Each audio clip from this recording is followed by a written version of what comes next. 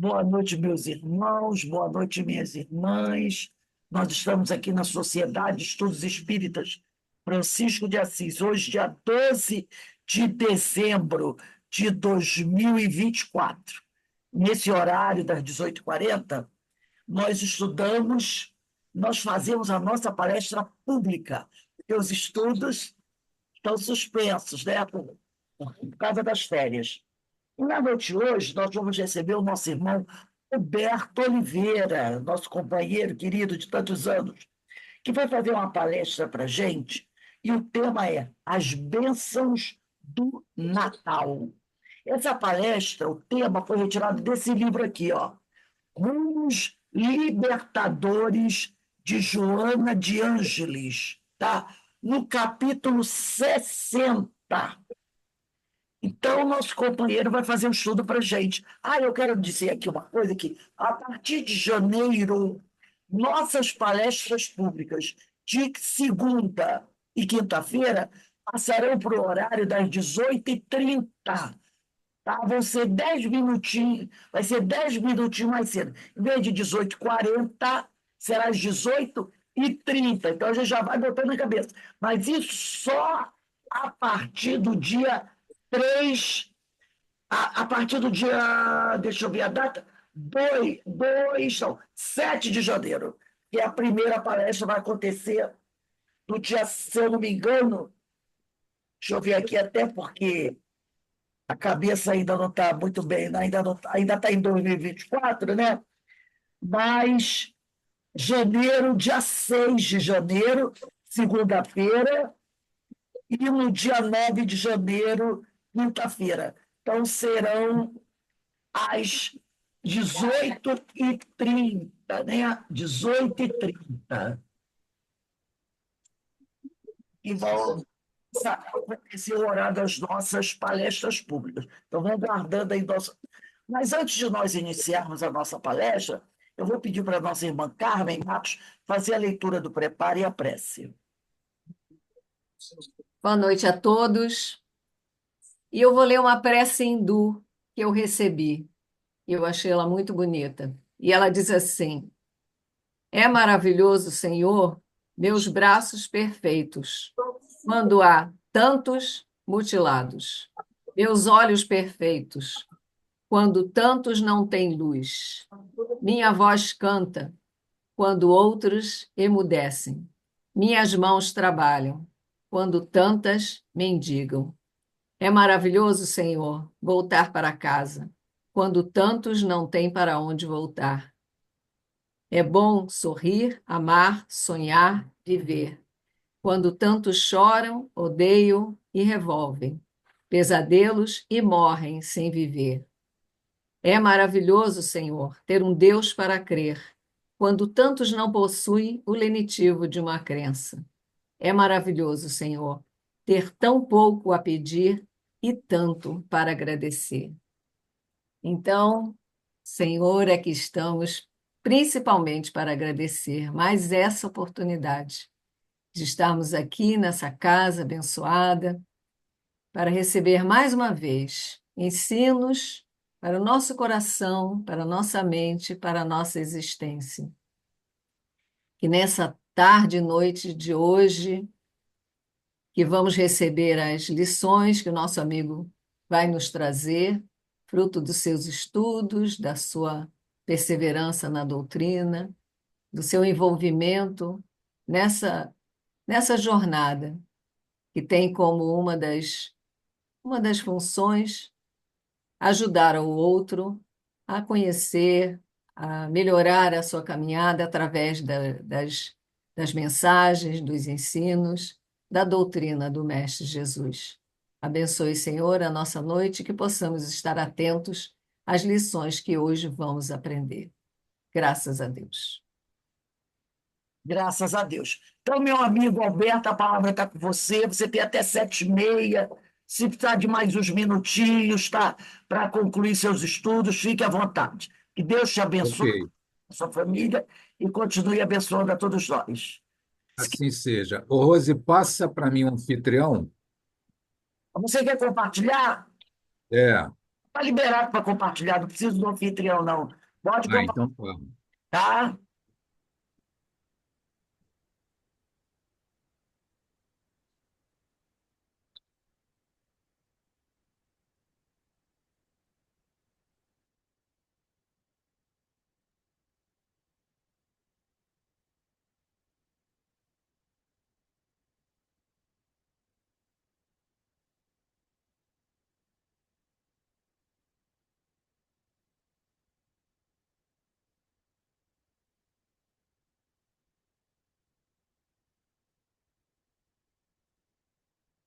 Bem, amigos, boa noite para todos, todas. Agradeço a oportunidade que a Casa de Francisco de Assis me ofereceu por esse estudo. E como a companheira Rose comentou, esse estudo, As Bênçãos de Natal, ele é um texto do livro Rumos Libertadores e é o capítulo 60. E no início desse capítulo,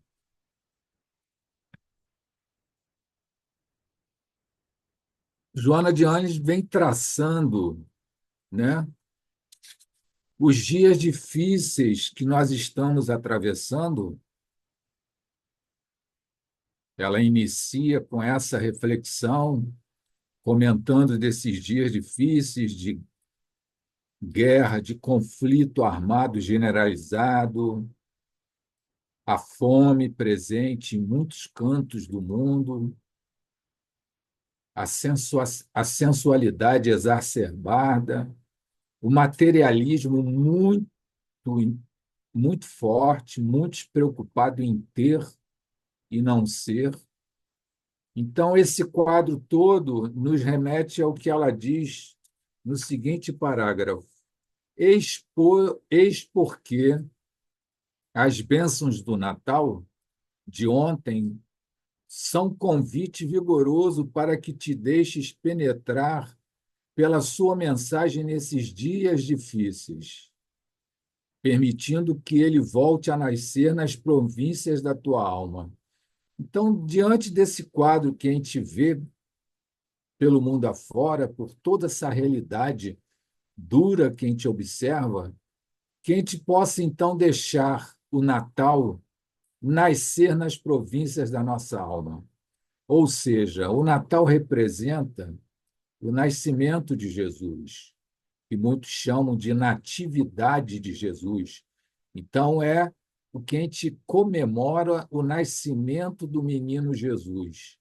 E esse nascimento é um fato marcante para toda a humanidade e que o simbolismo do Natal, de tudo que o Natal representa, possa então nos trazer o lenitivo para nossas almas, fazendo nascer nas províncias de nossa alma tudo aquilo que seja necessário à luz da esperança, nos nossos corações possa florescer a, a fé, o amor, tudo que o Natal nos remete de renovação.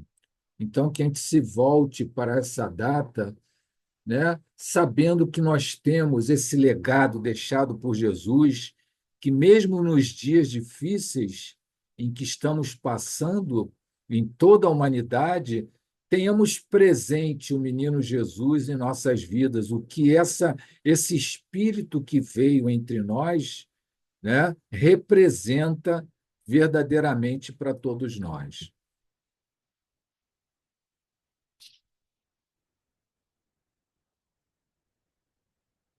É óbvio que para falar de Jesus precisamos falar do pai José e da mãe Maria, os que conceberam Jesus, dois espíritos de escola, dois espíritos que a espiritualidade espiritual designou para serem o pai e a mãe de Jesus. E nós vamos agora nos voltar a como era, na época de José e Maria, os costumes. Então, naquela época, e muitos desses costumes se preservam até hoje, o rapaz que se interessava por uma moça ia com o pai dele pedir a moça em casamento. Isso a gente vê até nos dias de hoje, muitas das vezes. Esse, esse rapaz levava um dote, e só no caso, na época, só poderia você se dirigir à família da tua pretensa noiva, né, se tivesse um dote. E esse dote não era pequeno, não, hein? Era um dote com valor bem substancioso. E, no caso, havia, então, o interesse, o rapaz colocava-se junto do seu pai, junto do pai da moça, o seu interesse, as suas intenções, e o pai da noiva, obviamente, perguntava se o noivo tinha condições de sustentar a filha dele, né, que seria a futura noiva. O pai da noiva fazia questionamentos das intenções do noivo, e depois desse diálogo, havendo um acordo, o noivo deixava o dote na casa da noiva. E aí a moça ficava compromissada com o rapaz. Esse dia desse ato era chamado dia do noivado. E esse dia do noivado, o noivo então dizia para a família da noiva, né, que ia preparar um aposento digno dela viver. Ele se comprometia em preparar todo o ambiente para que a esposa futura dele pudesse viver dignamente. Então, o noivo ia embora e não via mais a noiva, né? É óbvio que durante o período de encontro do pai do rapaz e o rapaz e a família, a noiva vinha, se apresentava, o rapaz se dirigia à moça dizendo do seu interesse em casar com ela e tal, e aí havia aquele primeiro contato, e havendo o acordo entre as famílias, então era estabelecido aquela data como uma data do noivado. O noivo voltava para a casa do seu pai e, na casa do seu pai, construía um aposento. Esse aposento para receber a futura noiva. Então, ele preparava, e esse processo durava um ano, mais ou menos. E depois que o rapaz preparava o ambiente, né, que iria receber a noiva, o pai do noivo era avisado pelo filho que estava tudo pronto, e o pai ia vistoriar para ver se o ambiente estava digno de receber a noiva, a sua futura nora. E aí o pai, então, observava se tinha todos os utensílios do lar, se tinha comida, água, alimentos, né? Água, óleo da lamparina, tudo o que era necessário para você viver naquele aposento. Porque se o aposento não tivesse condições apropriadas de receber a noiva, era desonroso para o pai do noivo essa condição. Então, o pai do noivo ia vistoriar para saber se realmente estava tudo preparado para receber a noiva. Ao o pai dar o ok, o que o pai fazia? Mandava um mensageiro para a casa da noiva, dizendo que o noivo estava preparado já para receber a noiva e realizar o casamento. E a noiva, então, mandava esse mensageiro de volta dizendo qual era o dia em que a noiva estaria preparada para o casamento. Então, esse mensageiro que foi avisando que estava os aposentos e tudo de acordo para receber a noiva, né, a futura noiva, É, a família da noiva, então, da moça, enviava ao mensageiro o recado de quando era a data que seria, então, o casamento, em que a noiva estaria preparada para o casamento. E então esse mensageiro retornava para avisar a família do rapaz a data estabelecida. Sim. Nessa data estabelecida, o noivo saía com uma comitiva, com uma procissão, junto de parentes, amigos, em direção à comitiva da noiva. A noiva também vinha, se dirigia da onde ela estava, com a sua comitiva ou a sua procissão de parentes, amigos, e na frente da comitiva da moça vinham 10 virgens. Eram os costumes da época. Por isso a parábola das 10 virgens. E aí os noivos se encontravam no meio do caminho, davam as mãos e se dirigiam para o local do casamento, que era a casa do noivo. E na casa do noivo se dava a festa de casamento durante 7 dias. E os noivos, então, iam para os aposentos que foi preparado e ficavam em núpcias durante 7 dias. E foi isso, então, que aconteceu com José e Maria. O interessante é que esse processo, como eu disse, durava todo esse preparo, em média, 1 ano, até o noivo conseguir construir os aposentos, preparar tudo para receber a sua futura esposa. E essa situação tem uma referência em Isaías, em que Isaías, né, que foi o profeta messiânico, ele se referia ao casamento, né, como da seguinte forma: ele criou na sua profecia uma metáfora. Jesus era o noivo e a noiva era a humanidade. Então, nesse casamento da humanidade com a noiva, né, se dava, né, uma situação de encontro do, de Jesus com a humanidade. Ele faz essa metáfora. Uma metáfora até interessante, porque retrata mais ou menos essa situação de casamento entre o noivo e a noiva. E ele dá como metáfora, essa metáfora representando o noivo Jesus e a noiva humanidade. Então, ele diz na sua profecia que haveria um casamento da humanidade com Jesus. É uma metáfora que ele criou. Então, essa situação toda retrata essa questão do casamento de José com Maria. Agora vamos relembrar, não sei se todos relembram, a parábola das 10 virgens. A parábola das 10 virgens, que está em Mateus capítulo 25, do versículo 1 ao 33, Mateus diz o seguinte: a parábola, o reino dos céus é semelhante às 10 virgens que pegaram sua candeia e foram se encontrar com o noivo.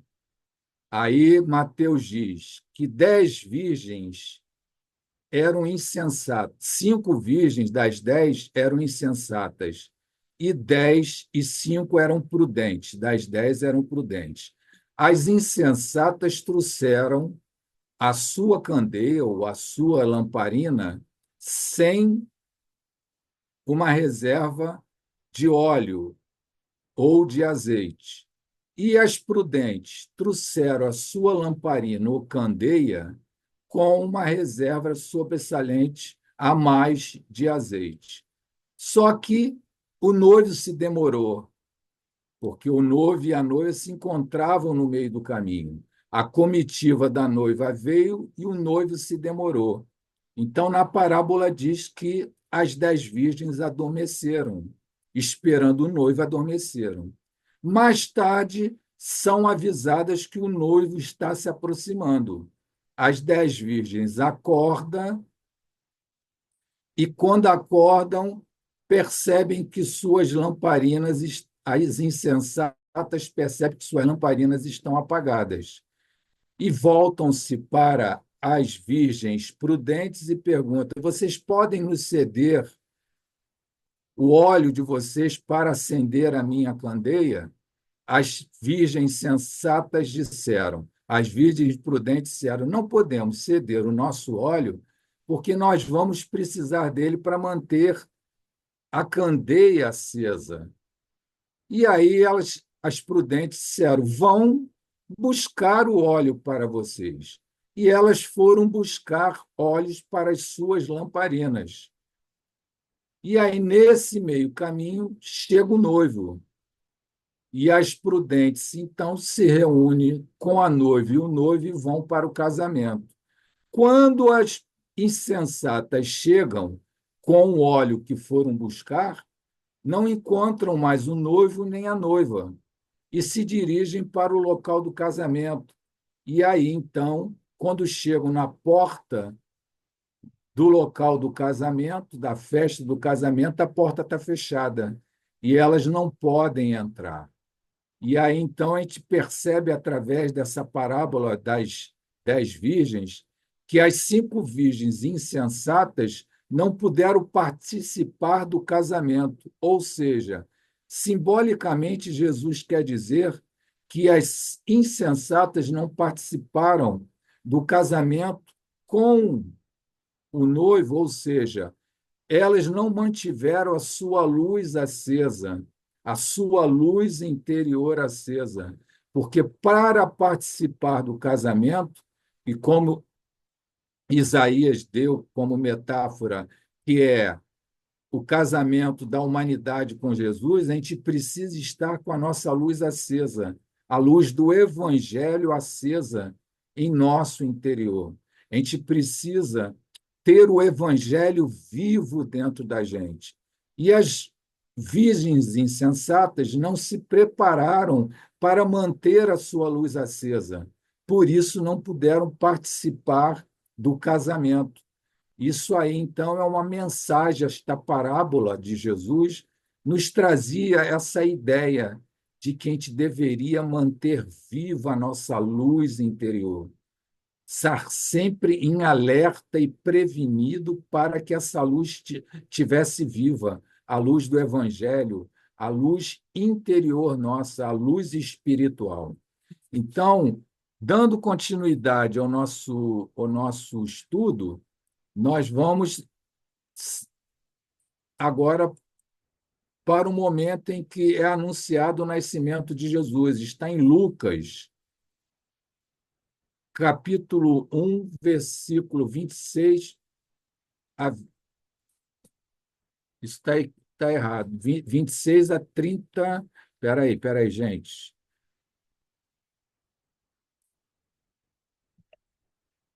Lucas, de 26 a 35. Desculpe, faltou o trezinho aqui do 35, tá bom? Então, teve o casamento. O casamento foi durante 7 dias, a festa de casamento. Houve as núpcias, né, da noiva. As núpcias, o casal ficava retido no aposento durante a sua núpcia. E Lucas, então, nesse versículo 1, do 26 ao 35, ele vem, então, comentando a seguinte situação. E no 6º mês foi o anjo Gabriel enviado por Deus a uma cidade da Galiléia, chamada Nazaré. O 6º mês quer dizer o 6º mês de preparo do casamento. No 6º mês em que o noivo estava preparando o casamento, o anjo Gabriel veio para a cidade da Galiléia. Então, no 6º mês, o preparo do noivo levava um ano para preparar os aposentos, né? para receber a noiva e ter o casamento. No sexto mês desse preparo, o anjo, então, vai à cidade de Galiléia, chamada Nazaré, para encontrar uma virgem prometida em casamento a um homem chamado José, da casa de Davi, e o nome da virgem era Maria. Esse termo virgem, em grego, é chamado paternon, paternus. Paternus, em grego, é virgem. Mas se a gente for olhar em hebraico, o termo é almanar. E almanar, em hebraico, significa donzela. Então, do grego, depois para a Vulgata, né, que foi a tradução de São Jerônimo para o latim, depois para o português, chegou a palavra virgem, mas lá no texto hebraico era também é donzela. Então, até hoje a gente usa esse termo virgem, né, Virgem Maria, né, a gente coloca toda uma mística em volta dessa palavra, mas em hebraico era donzela, uma moça ainda solteira, uma moça que não tinha casado. Então, o anjo vem a uma virgem, que está em grego, Pártenos, prometida em casamento a um homem chamado José da casa de Davi. E o nome da virgem era Maria. Dirigindo-se a ela, disse: Salve, agraciada, o Senhor é contigo. Bendito és tu entre as mulheres. Ela perturbou-se intensamente com aquelas palavras e ponderava que espécie de saudação seria essa. Disse-lhe, porém, o anjo: Não temas, Maria, pois encontrastes graça junto de Deus. E eis que conceberás no ventre e darás à luz um filho, a quem chamarás pelo nome de José, de Jesus. E este será grande, será chamado Filho do Altíssimo. E o Senhor lhe dará o trono de Davi, seu pai. A gente observa que nesse versículo 31, ele usa o verbo conceberás, no futuro. Então, ela não estava grávida, ela não tinha sido fecundada. Ela ia conceber, estava concebendo no ventre e daria à luz um filho. Então, no futuro, né? Então, este será grande e será chamado Filho do Altíssimo, e o Senhor lhes dará o trono de Davi, seu pai. E reinará eternamente na casa de Jacó, e seu reinado não terá fim. Maria, porém,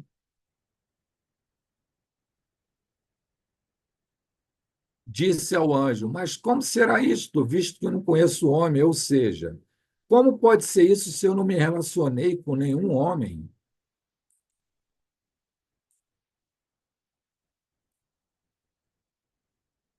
E em resposta, o anjo lhe disse: O Espírito Santo virá sobre ti, e o poder do Altíssimo te cobrirá com sua sombra. Por isso, o santo que está sendo gerado será chamado Filho de Deus. Então, nós observamos que tudo estava sendo preparado para a vinda de Jesus, né? A Maria já estava tendo Jesus aproximado dela para que ela pudesse depois ser fecundada e dali ser gestada Jesus. Então, a gente vê, por exemplo, na bibliografia espírita, né, os livros auxiliares, por exemplo, Missionários da Luz, né, de André Luiz, em que André Luiz, no capítulo Reencarnação, ele comenta sobre a reencarnação de Segismundo como filho de Raquel e Adelino. Então, nesse capítulo de reencarnação do livro Missionários da Luz, André Luiz vai descrevendo o passo a passo do preparo de Segismundo para ser concebido através de Raquel e eh, de Raquel e Adelino. Então, esse caso do livro Missionários da Luz vai mostrando passo a passo, e André Luiz, então, fica muito agradecido ao convite recebido, né, em que Alexandre, que é o instrutor, convida André Luiz para visitar, né, justamente o casal que iria receber Segismundo, o casal Raquel e Adelino. E ele se dirige a primeira vez à casa do casal e lá encontra Herculano, que o recebe. Herculano seria o protetor de Segismundo, e dentro da casa já estava Segismundo, que foi trazido por Herculano. E aí, nesse caso, a gente é relatado que a Raquel já sente a presença de um espírito. O Adelino já sonha com o espírito, tem medo desse espírito. E, em desdobramento, o instrutor Alexandre ele conversa com Adelino e Raquel, dizendo que eles vão receber mais um filho, vão conceber mais um filho, e que eles recebam bem esse filho. E, e Adelino diz: mas eu estou com medo, porque eu vejo nos sonhos que ele foi um inimigo, um adversário, um antigo adversário meu, porque Segismundo tinha praticado um crime contra o Adelino. E essa oportunidade reencarnatória seria para que Segismundo pudesse, então, ter a oportunidade de reparar o seu erro. E aí seria recebido como pai Adelino e como mãe Raquel. Então, André Luiz vai no passo a passo mostrando como é esse preparo, né, da encarnação de Segismundo e como foi essa adaptação para que se desse esse momento do nascimento. E aí a gente observa que no livro André Luiz diz o seguinte: chegada à moradia, numa outra visita, nós encontramos Herculano Segismundo em companhia de outras entidades. Então, numa das visitas de André Luiz observa que tem outras entidades presentes. Alexandre, então, informa André Luiz: trata-se de espíritos construtores que irão cooperar no processo de ligação fluídica do encarnante com os pais. Então, aqueles construtores espirituais estavam participando toda aquela necessidade de um processo de ligação fluídica do encarnante, que era Segismundo, com os seus pais, que eram Raquel e Adelino.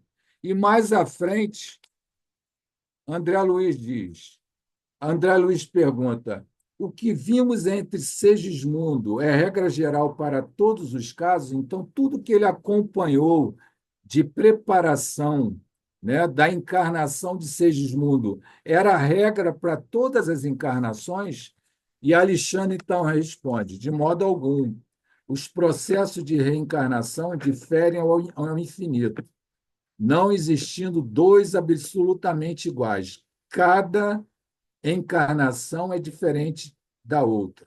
As facilidades e os obstáculos estão subordinados a vários fatores, muitas vezes relativos ao estado consciencial do espírito que retorna à crosta.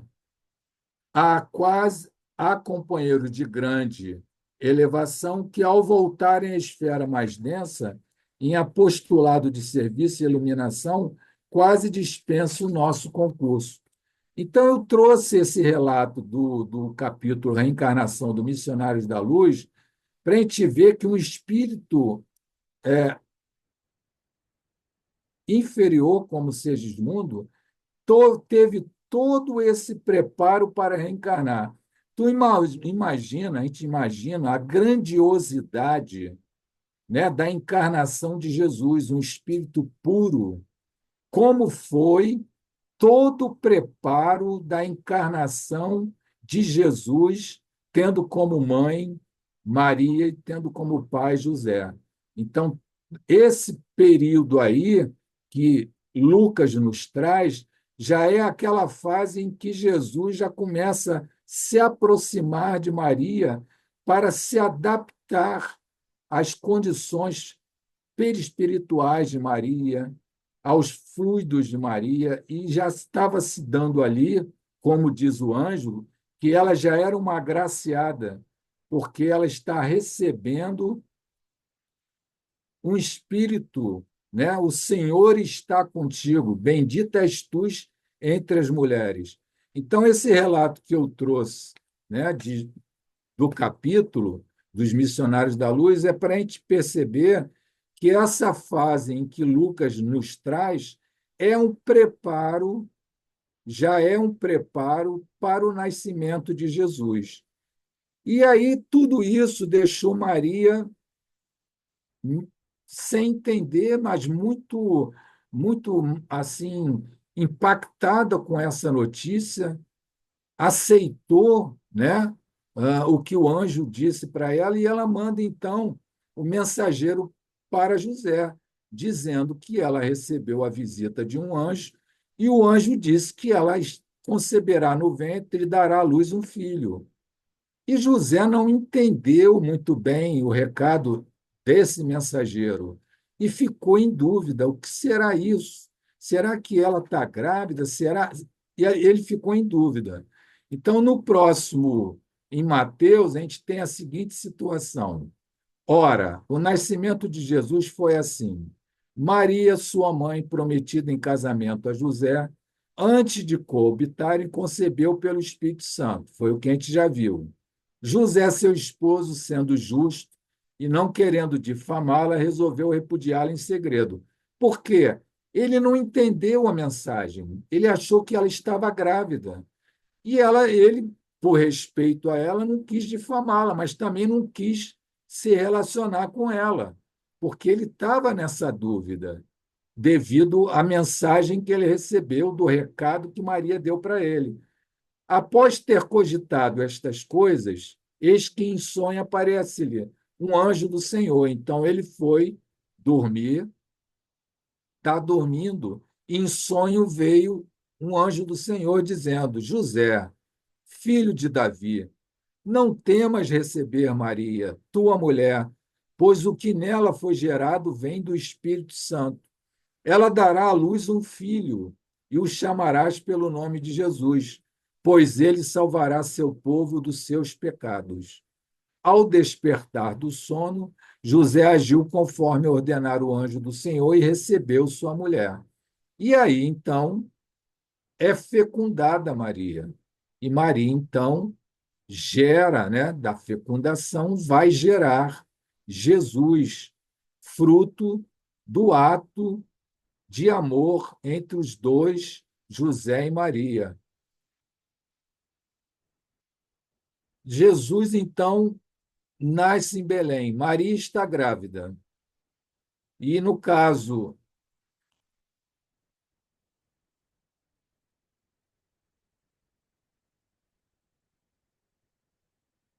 em Lucas, capítulo 2, do versículo 1 ao 7, Lucas ele relata por que Jesus nasceu em Belém, já que José e Maria viviam em Nazaré. É porque César Augusto, o imperador romano, determinou que toda a população fosse recenseada. Só que esse recenseamento teria que ser na cidade natal de cada pessoa. Então, Maria de Nazaré se alistou no recenseamento em Nazaré, né, uma cidade localizada na região da Galileia, e depois que ela se alistou no recenseamento, o casal se deslocou para a terra natal de José, que era Belém, que ficava na região da Judéia.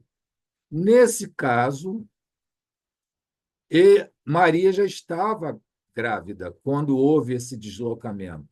E ela então se desloca, né, o casal se desloca para Belém para que o José pudesse fazer o seu alistamento no recenseamento, do recenseamento na sua cidade natal.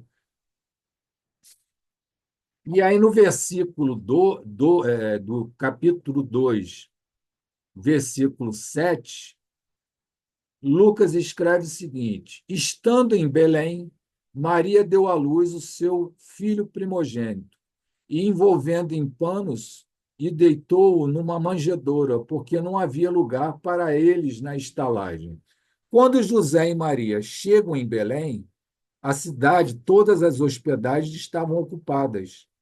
E aí, então, foi oferecido a eles um espaçozinho dentro de um estábulo, com higiene, é óbvio, com conforto, mas era o que podia abrigar eles, porque todos os aposentos de todas as pousadas, de todas as estalagens, estavam ocupados. Então, Jesus, no caso Maria, né, tem o parto ali naquele ambiente, e Jesus, então, o primogênito, o filho primogênito de Maria, nasce naquele ambiente, naquele espaço. E aí Maria, então, envolve em panos e deita numa manjedoura. Esse símbolo da manjedoura representa o quê? De que Jesus nasceu na simplicidade. Ele é um espírito que não nasceu no castelo, não nasceu no palácio, não nasceu numa família bastarda, numa família rica, nasceu na simplicidade, num ambiente humilde. Então, Jesus, essa manjedoura, tem esse significado de Jesus ter nascido num ambiente simples, humilde, né? Que é justamente Jesus não veio para ostentar, ele veio para cumprir a vontade de Deus e veio então com nesse ambiente que simboliza a sua simplicidade, a sua condição humilde, né? Então essa manjedoura tem esse simbolismo. O nascimento de Jesus é o acontecimento mais extraordinário na vida das coletividades terrestres. Espírito puro é, segundo os Espíritos, né, na questão 625 do Livro dos Espíritos, o tipo moral mais perfeito que Deus nos enviou como modelo e guia. Então, Jesus, né, o Evangelho vivo de Deus, foi enviado para nós, né, nos guiar, para servir de modelo, para nos mostrar o caminho, né, o caminho da luz, o caminho do amor, o caminho da paz. Então, o nascimento de Jesus para nós é um acontecimento que muito importante, como diz aí, é um acontecimento extraordinário na vida humana, na vida terrestre, porque é a luz que veio entre nós. Jesus é o Evangelho vivo de Deus, encarnou para poder servir para todos nós de modelo e guia. A Natividade, dia do nascimento, é para nós, os espíritas cristãos, a mensagem perene que desceu do céu para a terra, com permanente convite para que renovemos nossas vidas, ajustando-nos às leis divinas e naturais. Então, em João, ele diz: pois Deus amou de tal modo o mundo que deu seu Filho unigênito, a fim de que todo aquele que nele crê não pereça, mas tenha vida eterna. Porquanto Deus enviou a seu Filho ao mundo, não para que julgue o mundo, mas para que o mundo seja salvo por ele. Então, Jesus veio para nos salvar, ou seja, nos mostrar o caminho de redenção, o caminho de libertação, o caminho que nos levará de retorno ao reino de Deus. E mesmo aí, novamente em João, então novamente Jesus lhes falou, dizendo: Eu sou a luz do mundo. Quem me segue de modo algum andará em trevas, mas terá a luz da vida. Jesus, então, é a nossa luz, é a nossa fonte de inspiração, é aquele que veio nos trazer os esclarecimentos necessários para sairmos da treva, a treva da ignorância, a treva da ilusão, a ilusão de que as coisas efêmeras da vida é mais importante do que as coisas espirituais da vida. E aqui também em João ele diz: E a luz resplandece nas trevas, e as trevas não a compreenderam. Ora, Caifás não compreendeu Jesus. Os escribas não entenderam Jesus. Os fariseus não entenderam Jesus. A turba não entendeu Jesus e preferiu Barrabás. E até mesmo Saulo não entendeu Jesus. Mas depois, Paulo de Tarso entendeu Jesus. Maria de Nazaré entendeu. Maria Madalena entendeu Jesus. José de Arimateia entendeu Jesus. Nicodemos entendeu Jesus. Os seus apóstolos entenderam Jesus. Então, muitos o entenderam, compreenderam, mas muitos não entenderam. Por quê? Muitos ainda estavam na ilusão, na ignorância, e não conseguiram enxergar a luz de Jesus. Então, Joana de Ângelo nos traz: para modificar, porém, a arcaica estrutura do homem fera, tornando criatura anjo, veio Jesus. Então, para nos tirar daquela condição de homem fera e nos conduzir à criatura anjo, veio Jesus. Revolucionário no amor. Viveu a apoteose do amor. Viveu a apoteose da renúncia e do autoencontro, com que almejou encontrar todas as criaturas. Então, Jesus é o amor, é a renúncia, a sua condição na cruz, né, de ser crucificado e ainda dizer: Senhor, perdoai, eles não sabem o que fazem. É a plena renúncia, a renúncia de si mesmo em prol de toda a humanidade. Jesus rejeitou o cetro, o trono, a realeza, alegando que seu reino não é deste mundo. Dispensou igualmente a glória e as honras terrenas. Um só título fez questão de ostentar: ser mestre, ser educador, estar imerso na educação. Então, Jesus é o educador por excelência. Através de seus ensinamentos, de suas parábolas, de tudo que ele nos ensinou, ele nos educou, nos trouxe a educação moral que serve para nós como caminho a ser seguido. Eu sou a luz do mundo, sou a verdade, sou o pão que desceu do céu, proclamou o Senhor. Espalhar luzes, revelar a verdade, distribuir o pão do Espírito, tal a obra de educação, tal a missão do Redentor da humanidade. Então, Jesus veio nos trazer, através da sua obra da educação, a verdade, veio nos distribuir o pão do Espírito. Tudo que ele nos trouxe nos alimenta, e que a gente possa, então, nos voltar para os seus ensinamentos, nos alimentando para que a gente possa, então, seguir verdadeiramente no caminho da verdade. Joana de Ângelo novamente nos diz: utilizando-se do cenário da natureza, compôs a mais comovedora sintonia de esperança e, na cátedra natural de um monte, apresentou a regra áurea para a humanidade, através dos robustos e desafiadores conceitos inseridos nas bem-aventuranças. Então, educador por excelência, Jesus trouxe as bem-aventuranças, ou seja, o caminho das leis morais de Deus, ele ensinou para todos nós. São aqueles caminhos, né, das diferentes virtudes que devemos conquistar. Então, Jesus, como educador, trouxe a sua mensagem, né? E no monte, ele comunicou para toda a humanidade a sua mensagem, né?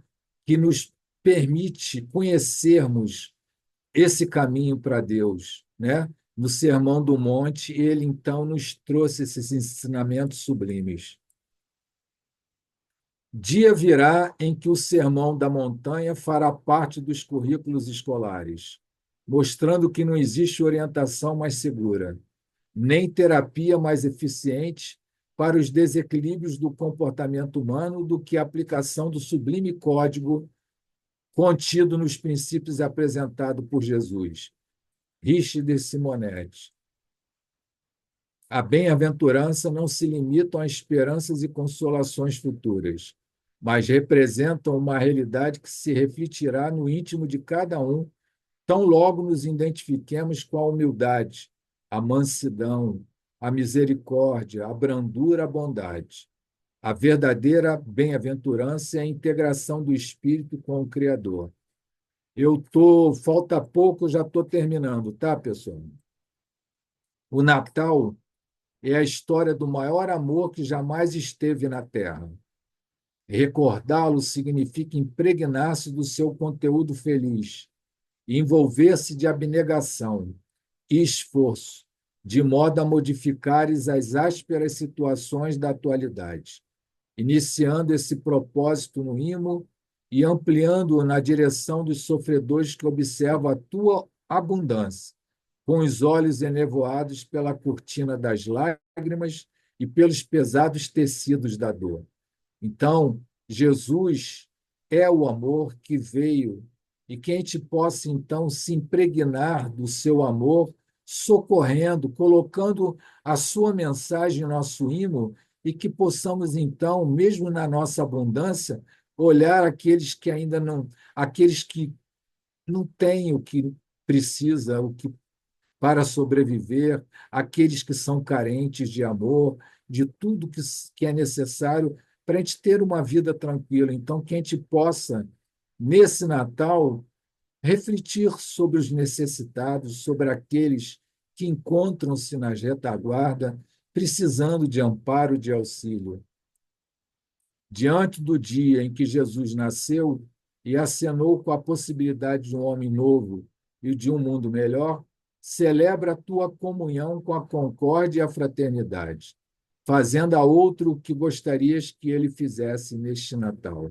Então, que a gente possa, né, diante do nascimento de Jesus, do menino Jesus, termos que celebrar esta comunhão de concórdia, de fraternidade, que essa é a mensagem que ele nos trouxe. Que a gente possa, no Natal, vivenciar toda essa mensagem que ele nos trouxe, que nos deixou como legado. Busquemos neste Natal, com a evocação do nascimento de Jesus, refletir que todos somos espíritos em evolução, caminhando para a vivência da lei de amor no exercício do bem e da caridade. Comemora o seu significado a cada dia, esquecendo quaisquer preconceitos vãos, pois Natal é Jesus dizendo que todos somos irmãos. Então, que a gente possa, nesse Natal, esquecer os preconceitos e vivermos a verdadeira irmandade, né? Aquilo que o Natal nos traz de mensagem, mensagem de amor, mensagem de renovação, e que a gente possa, então, exercitar tudo isso que Jesus nos ensinou. Eu agradeço aos companheiros a paciência, eu agradeço a companhia, né? E aqui eu dou como terminado a minha explanação, a minha apresentação. É, Desculpe E é porque a gente às vezes calcula, mas a gente acaba falando demais, mas graças a Deus eu fiz o que era possível.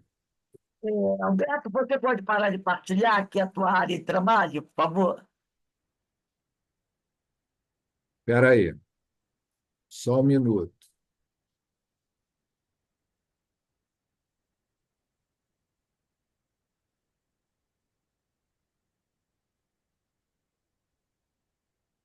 Ok. Maravilha. Meu amigo, muito obrigado. Foi lindo, lindo, muito instrutivo o início do seu trabalho, quando você descreve, né, toda aquela celebração do casamento, quando você descreve a questão da gravidez de Maria, né, da fecundidade, de como tudo aconteceu, tirando aquelas questões, né? Aquelas alegorias que são colocadas, realmente foi muito instrutivo e nós só temos a te agradecer. Eu adorei, me ajudou em muitas coisas, abriu a minha cabeça para outras pesquisas que eu acho que devemos fazer e aprofundar, né?